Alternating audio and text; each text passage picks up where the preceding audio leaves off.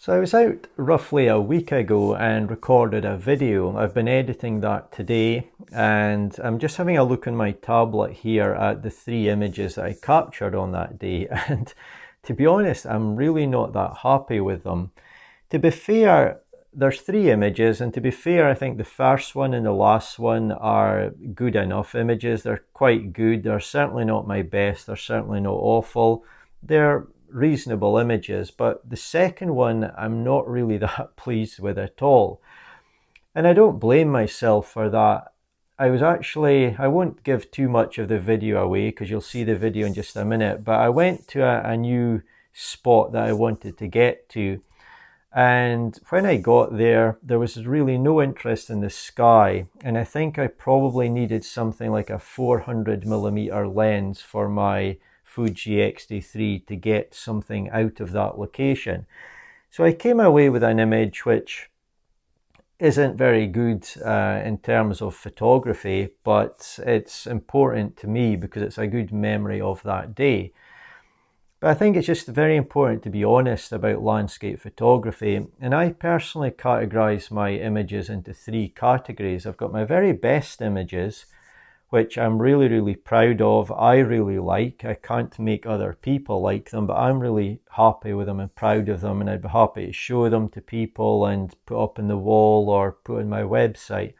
Then in the middle category, I've got some good images. They're not bad by any stretch of the imagination, but they're lacking something to get them into the fantastic category. Perhaps it was just simply the weather or lighting conditions on that day wasn't ideal. Maybe I had a good composition and I need to revisit to try and get the image into the better category. Or perhaps my composition was off and I may need to revisit and retweak it. Or perhaps it's just always going to be an average image and that's it. Then over at the other side, I've got some images which I really don't like at all, and I just want to do nothing with them. They're of no interest to me. They're just poor images. But I think it's important to be honest about this. Now, looking at my own photography over the years, I would say that in a whole year's worth of landscape photography, if I can capture maybe 8 to 12 images, which are in the fantastic category, that's a really good year, and that's a realistic representation of how photography goes. So that's the quantity of images I think are my best in a year.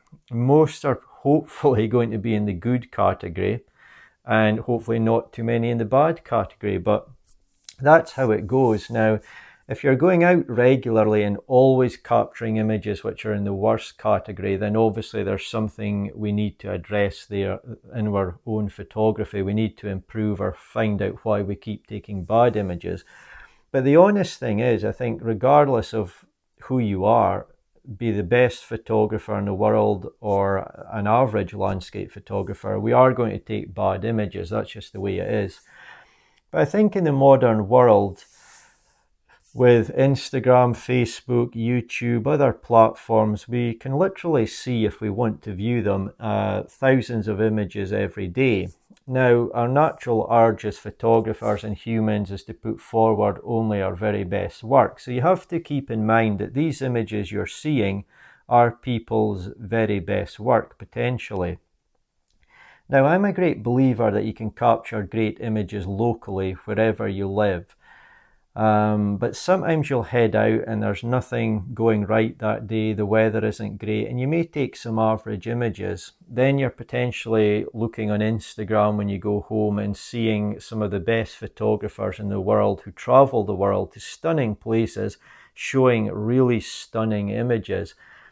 And you can compare what you've got in a location which maybe isn't the best in the world and the weather conditions and lighting wasn't ideal, to someone's very best image took perhaps in Iceland or the old man of Storr at Skye at sunrise, and you can feel accidentally and not correctly that you're not a good photographer.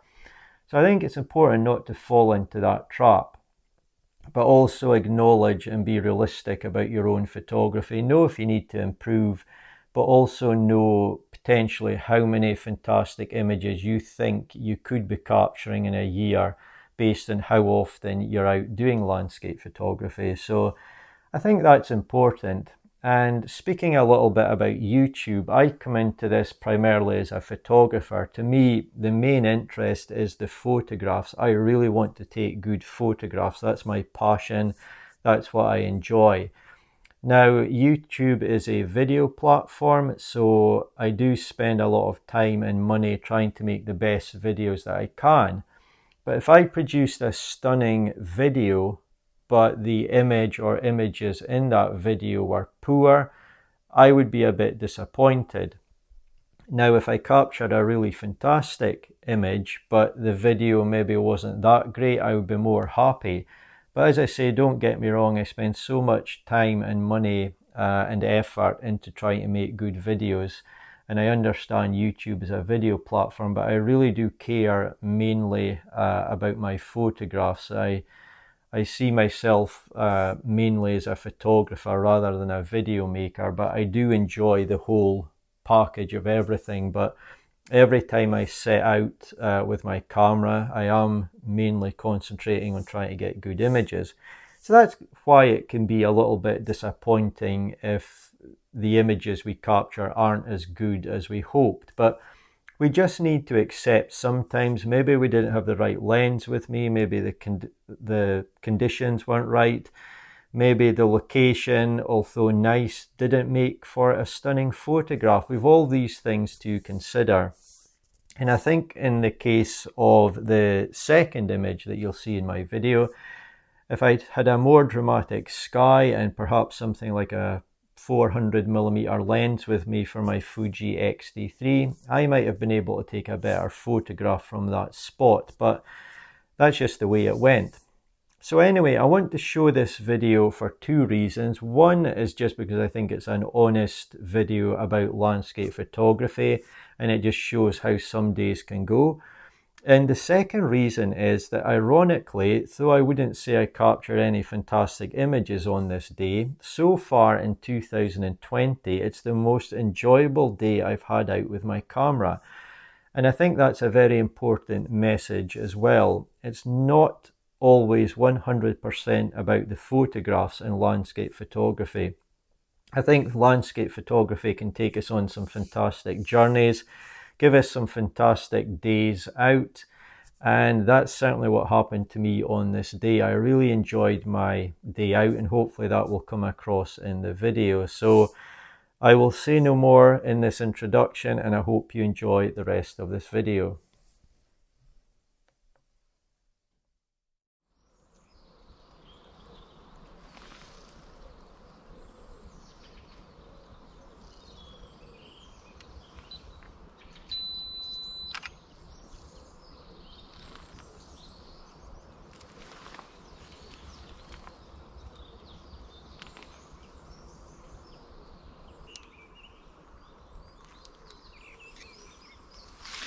So good morning everyone. What a beautiful morning it is really. It's a winter's morning, it's reasonably mild and it is very bright sunlight. My plans for today is to head into some woodland, but with this sunlight I'm not sure this is going to be the best day for that. It's not quite what the forecast was meant to be for today, so this is some really nice unexpected weather, but not the location I would have chosen if I knew it was going to be so sunny. But I'm going to stick to my plans because it'll be a good scouting exercise if nothing else. So the sun is very bright. I'm having to shade myself from it at the moment. And I'm not going to point the camera in the direction of the image I've just been taking, but I found a nice scene with some very bright light, but it was backlighting some trees and casting some nice shadows in this field. And there was some sheep going about their morning activities, so I thought it could potentially make for quite a nice image, and I took the shot because I don't know what else I'll get today. There's an awful lot of blue sky, there's a little bit of cloud over in that direction, but this could turn into a scouting exercise, I really don't know. But it's such a beautiful day that I really don't mind if I get any images or not. I've got one here. It'll be quite a nice early morning image I think, but I'm just going to go off and enjoy my walk, going to explore some new areas today that I haven't been in and see what I can find.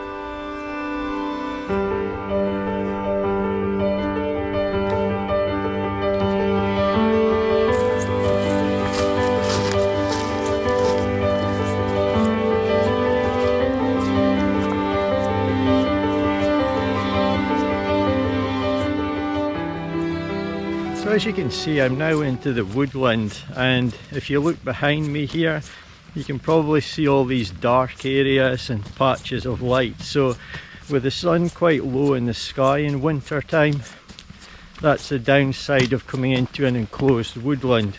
So my plan is to hopefully head to some higher ground, maybe get some areas which are free of trees, a little bit of sunlight coming through, and maybe get some nice shots of some of the trees in this woodland.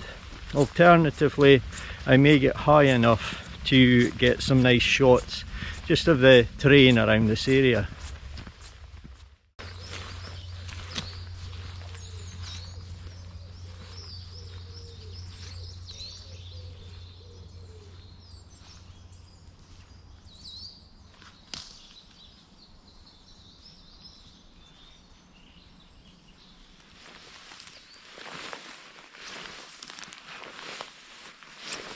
So I'm making progress, but it's not easy. I've long left any paths, and I just duck you under that tree branch there.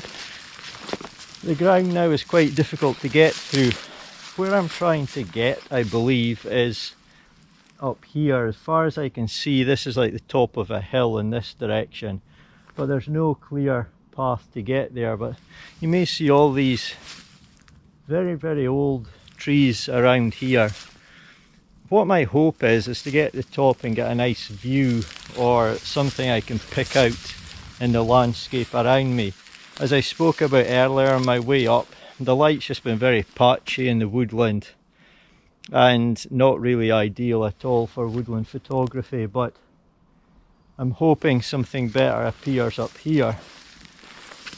But I'm going to have to change my path, I think, because I don't fancy walking through those. Those extend as far as I can see, so I'm going to have to cut up this way, and hopefully I'll find a clearing and something pleasant will greet my eyes at the top.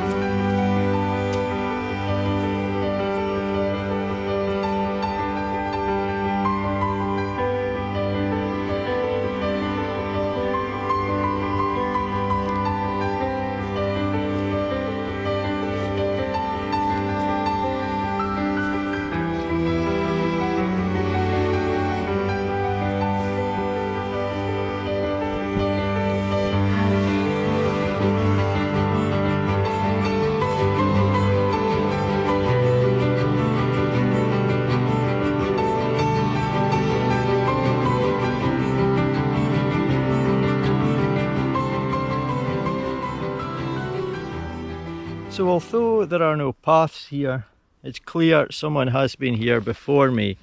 So I feel I've definitely reached the top, but there's still a lot of trees all around, so I haven't yet been able to see what all surrounds me, but I do have some nice views here.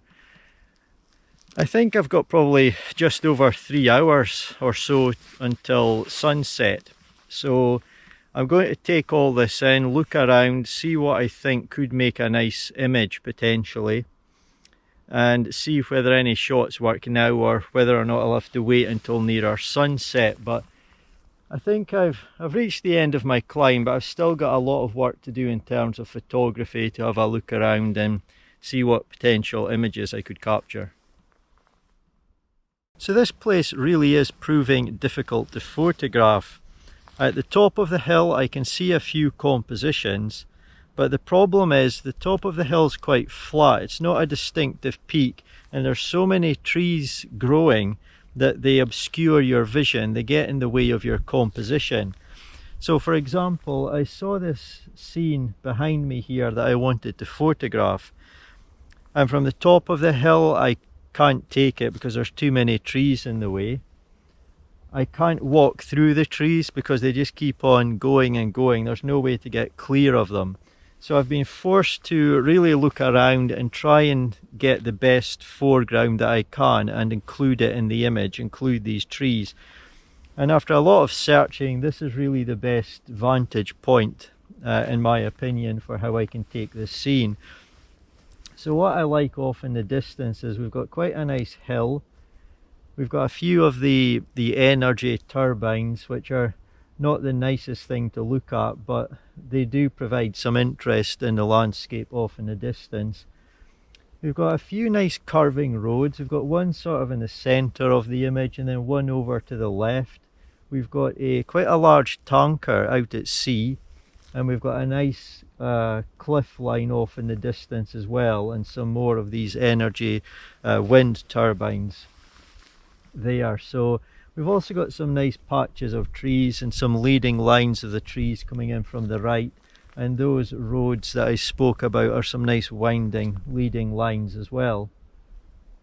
But I really like it. It's incredibly peaceful up here, unbelievably peaceful. There's not a breath of wind, there's not a noise hardly. You occasionally hear something miles off in the distance, you may hear a few birds and so on, but incredibly peaceful, incredibly calm. And looking out at the scene here, you will notice there's not much in the way of cloud cover, but that's fine. I've got to take the shot just now because as the sun dips, all my foreground will get into darkness, so this is the best time to take the image. And it's really nice. I would potentially use a polarizer here, but I'm actually in the process of changing my filter system, so I don't have a polarizer with me. However, I think the scene works fine as it is, and I'll put it on screen now and hopefully you like it.